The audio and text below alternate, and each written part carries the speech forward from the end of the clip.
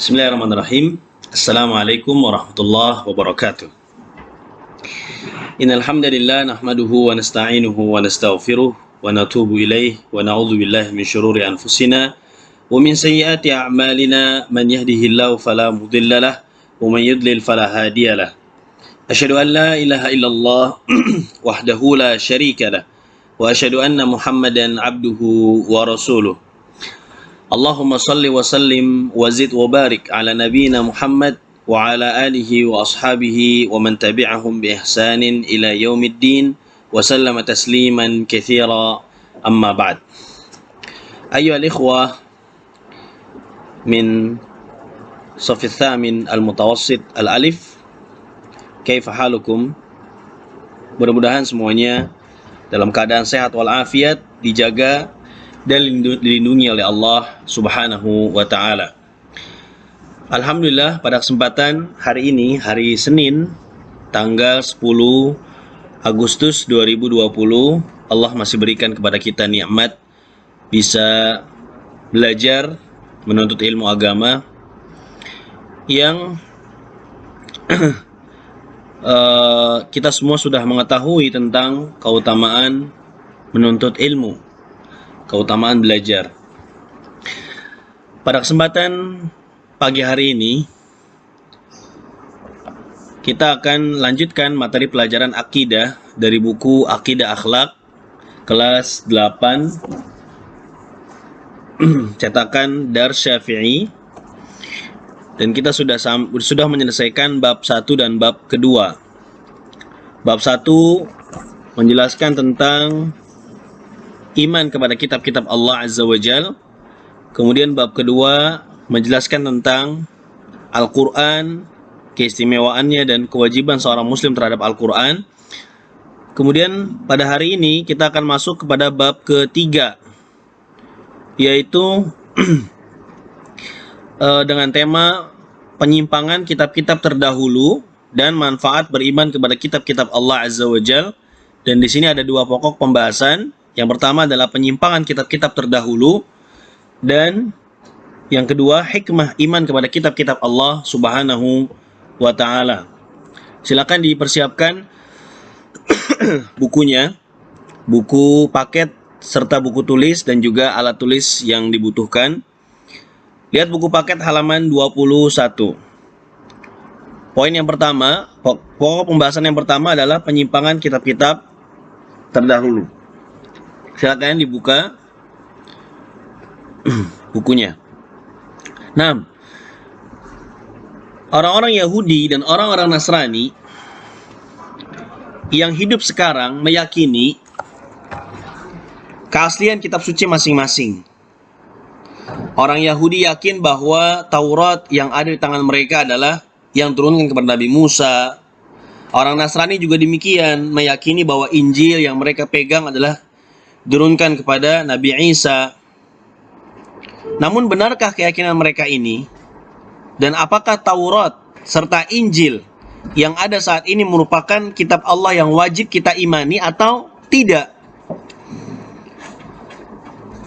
Ayolah ikhwah, azani Allah wa iyyakum. Kitab suci yang ada di tangan ahli kitab, jadi ahli kitab yang dimaksud adalah orang-orang Yahud dan orang-orang Nasrani.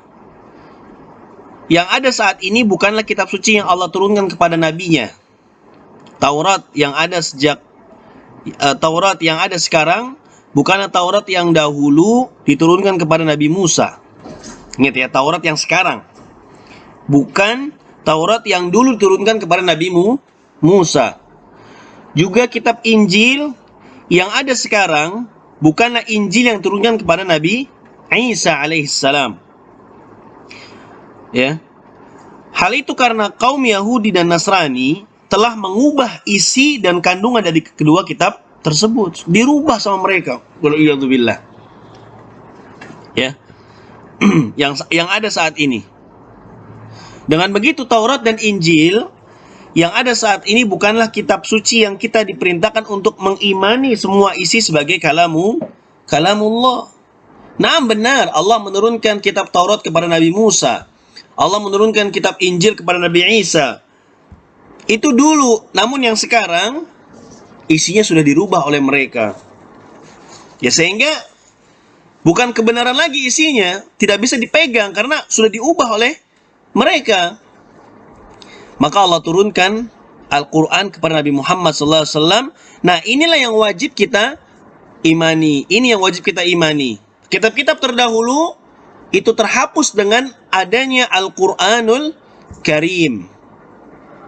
Ya, kitab-kitab terdahulu itu terhapus dengan adanya Al-Quranul Karim. Maka sudah cukup Al-Quranul Karim sebagai pedoman kita. Meskipun ya di awal kan kita sudah beriman belajar tentang beriman kepada kitab-kitab Allah Azza wa Jal, beriman kepada kitab-kitab Allah, seluruh kita wajib imani. Namun yang wajib kita ambil, kita pelajari, kita amalkan adalah Al-Quran. Karena Al-Quran adalah kitab yang diturunkan kepada Nabi Muhammad SAW, Nabi kita. Ya, jelas ya ini ya. Nah, di sini disebutkan kita hanya mengimani sebagai kalamullah jika terdapat di dalam Al-Quran. Lalu Al-Quran menyebutkan bahwa hal itu disebutkan di dalam Taurat dan Injil. Selain itu kita mengetahui bahwa ajaran Taurat dan Injil telah digantikan oleh Al-Quran. Ini tadi yang Ustadz sudah jelaskan. Dalam banyak ayat dalam Al-Quran, Allah Subhanahu wa Ta'ala memberitahukan terjadinya pengubahan dan pemalsuan terhadap Taurat dan Injil. Allah sebutkan dalam Al-Quran, ayo ikhwah. Allah sebutkan dalam Al-Quran bahwa kitab Taurat, kitab Injil sudah diubah oleh orang-orang Yahudi dan orang-orang Nasrani. Mana buktinya? Allah Subhanahu wa Ta'ala berfirman, lihat dalam surah Al-Baqarah ayat 75 disebutkan oleh buku ini. Afatatma'una an yu'minu lakum wa qad kana fariqum minhum yasma'una kalam Allah thumma yuharrifunah min ba'di ma aqaluhu wa hum ya'lamun. Maka apakah kamu, yakni kaum muslimin, sangat mengharapkan mereka akan percaya kepadamu, sedangkan segolong dari mereka mendengar firman Allah lalu mereka mengubahnya setelah memahaminya. Mereka mengubah setelah memahaminya, padahal mereka mengetahuinya. Lihat, mereka tahu. Bahkan disebutkan dalam kitab Taurat dan Injil bahwa akan datang satu zaman nanti, akhir zaman, seorang nabi terakhir yang wajib diimani oleh mereka. Tapi mereka tidak mau mengimaninya. Mereka tidak mau mengamalkannya, padahal mereka tak tahu. Wal'iyadzubillah. Ini ciri khas orang-orang Yahud dan orang-orang Nasrani. Orang-orang Yahudi menyimpangkan Taurat. Mereka mengubah dan menggantinya, serta mempermainkan hukum-hukum di dalamnya. Mana buktinya? Allah sendiri yang menjelaskan dalam surat An-Nisa ayat 46. Minal ladzina hadu yuharrifuna al-kalima an mawadhi'i wa yaquluna sami'na wa asayna wal iyadzu billah. Lihat, di antara orang Yahudi yang mengubah perkataan dari tempat-tempatnya dan mereka mengatakan, lihat ini durhakanya mereka, kami mendengar tetapi kami tidak mau mengikutinya. Wal iyadzu billah. Orang-orang Nasrani pun menyimpangkan Injil. Mereka mengubah hukum-hukumnya. Allah Subhanahu wa Ta'ala berfirman dalam surat Al-Imran ayat 78. Wa inna minhum lafariqan yalwuna alsinatahum bil kitabi litahsabuhu minal kitabi wa ma huwa minal kitab wa yaquluna huwa min indillahi wa ma huwa min indillah wa yaquluna 'ala Allahil kadhiba wa hum ya'lamun. Dan sungguh di antara mereka niscaya ada segolongan yang memutar balikan lidahnya membaca kitab. Luar biasa ini perbuatan mereka. Agar kamu menyangka yang mereka baca itu sebagian dari kitab. Ya. Padahal itu bukan sama sekali dari kitab, dan mereka berkata itulah dari Allah. Mereka bohong ya ini. Mereka bohong, dusta. Padahal itu bukan dari Allah Subhanahu wa Ta'ala. Wa yaquluna 'ala Allahil kadhiba wa hum ya'lamun. Mereka mengatakan hal yang dusta terhadap Allah padahal mereka mengetahuinya. Ini kelakuan orang-orang Nasrani. Ya, kelakuan orang-orang Nasrani wal iyadzu billah. Dan di antara bentuk pengubahan yang dilakukan oleh orang-orang Yahudi dan Nasrani adalah mereka menyatakan bahwa Allah itu mempunyai anak. Wal iyadzu billah. Padahal di dalam Islam Kita paham, lam yalid wa lam yulad. Allah tidak beranak dan tidak juga diperanakan. Subhanallah. Lihat. Qul huwallahu ahad, katakanlah Allah itu Esa. Tapi orang-orang Yahud Nasrani mengatakan bahwa Allah itu punya anak. Durhaka enggak itu? Enggak sopan. Allah Subhanahu wa taala berfirman dalam surat At-Taubah ayat 30. Wa qalatil yahud Uzair ibnullah. Lihat. Dan orang-orang Yahudi berkata Uzair itu putra Allah. Wa qalatin nasara, dan orang-orang Nasrani berkata Al-Masih ibnullah, Masih itu adalah anak Allah. Dzalika qauluhum bi afwahihim. Itulah ucapan yang keluar dari mulut mereka. Yudahiuna qaulal ladzina kafaru min qabl. Mereka meniru ucapan orang-orang kafir yang terdahulu. Qatalahumullah anna yufakun. Allah melaknat mereka. Bagaimana mereka sampai berpaling. Ayo ikhwah, a'azzani Allah wa iyyakum. Sampai sini jelas? Tolong perhatikan. Ya, ini masalah penting. Menyangkut akidah seorang muslim. Jangan sampai ada di antara kita yang masih ragu. Kitab, orang Nasrani, orang Yahud, mereka punya kitab sendiri. Nggak boleh.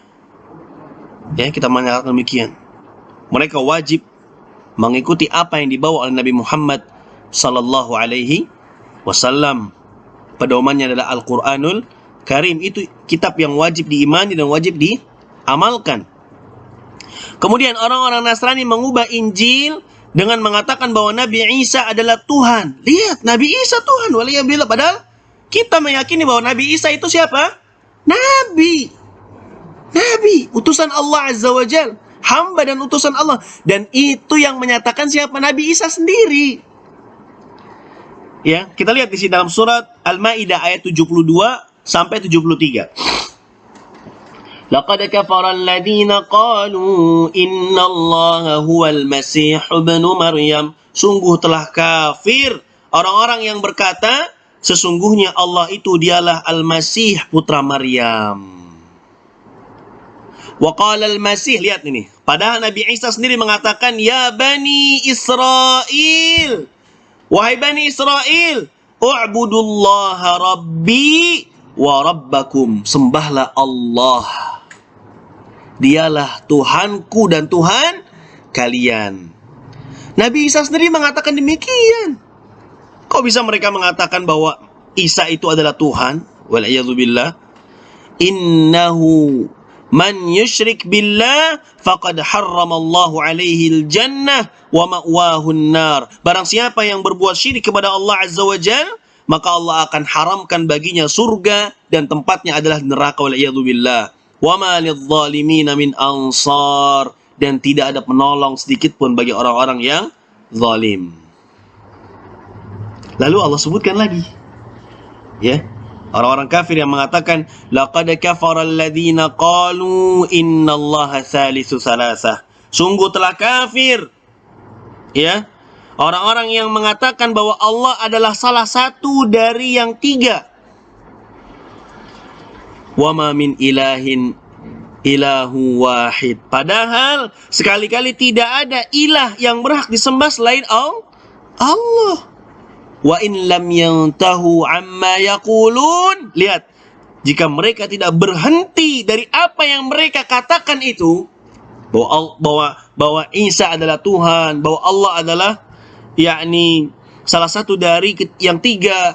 Kalau mereka tidak berhenti mengatakan yang demikian, apa kata Allah? La yamassanna alladhina kafaru minhum adzabun alim. Pasti orang-orang kafir di antara mereka akan ditimpa azab yang sangat pedih. Waliyadzubillah. Jelas ini, ikhwan. Kemudian dalam surah Al-Bayyinah,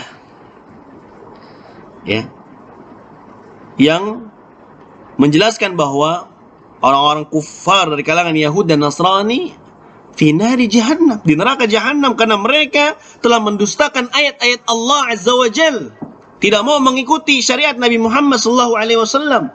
Innal ladzina kafaru min ahlil kitab wal musyrikin fi nari jahannam khalidina fiha ulaika hum syarrul bariyah. Jadi jelas ayol ikhwah azanillahu wa iyyakum.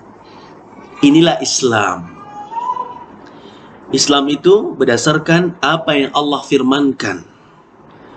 Nah, kita sebagai seorang muslim berserah diri kepada Allah, istislamu lillah bitauhid, berserah diri kepada Allah azza wa jalla dengan cara mengesahkan Allah tabaraka wa taala, wal inqiyadu lahu bitta'ah, tunduk patuh terhadap perintah-perintah Allah subhanahu wa taala, wal bara'atu minasyirki wa ahli, dan berlepas diri dari perbuatan syirik dan para pelakunya. Demikianlah ya ikhwah, Allah subhanahu wa ta'ala menjelaskan bahwa kaum Yahudi dan Nasrani telah mengubah firman-Nya. 6. Allah subhanahu wa ta'ala menjelaskan bahwa orang-orang Yahudi dan Nasrani telah mengubah firman-Nya. Mereka melalaikan peringatan-peringatan Allah, bahkan dengan lancang menyekutukan Allah di dalam kitabnya, padahal Allah maha suci dari semua itu. Mereka juga memasukkan pikiran-pikiran dan kepentingan mereka ke dalam kitab Taurat dan Injil, sehingga Taurat, Injil yang ada saat ini tidak bisa dikatakan sebagai kitab Allah subhanahu wa ta'ala. Ingat ya. 6. Allah subhanahu wa ta'ala menurunkan Taurat kepada Nabi Musa. Allah menurunkan Injil kepada Nabi Isa dulu, yang sekarang sudah tidak asli lagi. Yang dulu kita wajib imani, ya, namun tidak kita amalkan yang sekarang. Kenapa? Karena di dalamnya penuh perubahan-perubahan yang mereka ubah waliyadzubillah, yang isinya adalah perbuatan syirik kepada Allah subhanahu wa ta'ala, yang Allah tidak ridho sama sekali apa yang mereka lakukan waliyadzubillah. Sebagaimana tadi ayat-ayat yang sudah Ustadz sampaikan ya tentang hal ini. Kemudian ayol ikhwah a'azanillah wa iyyakum, yang selanjutnya adalah poin yang kedua, hikmah iman kepada kitab-kitab Allah subhanahu wa ta'ala. Beriman kepada kitab-kitab Allah akan melahirkan banyak kebaikan dan pengaruh yang positif bagi kita. Di antaranya, yang pertama, kita akan semakin yakin betapa Allah sangat perhatian terhadap hamba-hambanya. Diturunkannya kitab suci ini merupakan bentuk kesempurnaan rahmat Allah azza wa jal. Allah menurunkan kitab tersebut kepada setiap kaum sebagai petunjuk bagi mereka, agar mereka bisa mencapai kebahagiaan di dunia maupun di akhirat. Karena kitab-kitab yang Allah turunkan kepada para nabi, termasuk Al-Quran, memiliki visi misi yang sama, tujuan yang sama, yaitu apa? Memerintahkan manusia untuk beribadah hanya kepada Allah dan menjauhi sesembahan selain Allah. Dan ini merupakan, sebagaimana disebutkan, kesempurnaan rahmat Allah azza wa jal, karena Allah memberikan petunjuk kepada manusia kepada jalan yang benar, sirat al-mustaqim. Ya, karena tidak mungkin Allah subhanahu wa ta'ala yang menginginkan keburukan pada manusia, keburukan, kejelekan pada manusia. Makanya Allah turunkan kitab-kitabnya, Allah utus para rasul untuk menyampaikan kepada manusia, wa'budullah, sembahlah Allah, wajtanibu at-taghut, dan jauhilah taghut. Kemudian yang terakhir, hikmah kepada kitab-kitab Allah. Yang kedua, kita akan memahami banyak hikmah Allah dalam syariatnya. Allah menurunkan bagi setiap kaum syariat yang sesuai dengan keadaan dan karakter mereka. Ya, jadi sesuai. Allah turunkan yakni Taurat kepada Nabi Musa, ya, Injil dan seterusnya. Itu sesuai dengan hikmah Allah dalam syariatnya. Allah Subhanahu wa taala berfirman, likullin ja'alna minkum syir'atan wa minhaja. Untuk setiap umat di antara kalian kami berikan aturan dan jalan yang terang. Ya. Kemudian yang tiga, kita akan menjadi hamba-hamba yang pandai bersyukur kepada Allah, sebab setiap kitab tersebut adalah cahaya dan petunjuk yang akan membimbing hamba ketika di dunia dan menyelamatkan di akhirat nanti. Karena itu kita wajib bersyukur kepada Allah atas nikmat yang agung ini. Nah, bersyukur kepada Allah. Allah telah utus Nabi Muhammad SAW ya ke tengah-tengah manusia akhir zaman, dan Allah turunkan Al-Quran agar kita semua mendapatkan petunjuk kepada jalan yang benar, ya, yang terang, jauh dari perbuatan syirik, dari perbuatan dosa maksiat yang tujuan akhirnya adalah bisa masuk dalam surga Allah Azza wa Jal dan dijauhi dari panasnya api neraka. Kesimpulan, antum baca sendiri ayol ikhwah, dan juga uji kompetensi untuk kerjakan. Ana sudah tuliskan 3 topik di Google Classroom. Ada absensi yang batasnya hanya sampai jam 11, kemudian ada materi, kemudian ada tugas. Ya, tolong diperhatikan ini semua dan tetap semangat sungguh-sungguh. Semoga Allah Subhanahu wa taala berikan kemudahan kepada kita semua untuk antum belajar dan kita sebagai guru untuk mengajar. Atas perhatiannya kami ucapkan jazakumullah khairan, kurang lebihnya mohon maaf. Sampai di sini. Insyaallah kita lanjutkan pada pertemuan yang akan datang. Masuk pada bab keempat, yaitu taubat. Jika ada pertanyaan silakan antum tanyakan via Google Classroom ya, atau langsung melalui WhatsApp pribadi Ustadz. Subhanakallahumma wa bihamdik asyhadu an la ilaha illa anta astaghfiruka wa atubu ilaik. Wa sallallahu ala nabiyyina Muhammadin wa ala alihi wa sahbihi wasallam. Assalamualaikum warahmatullahi wabarakatuh.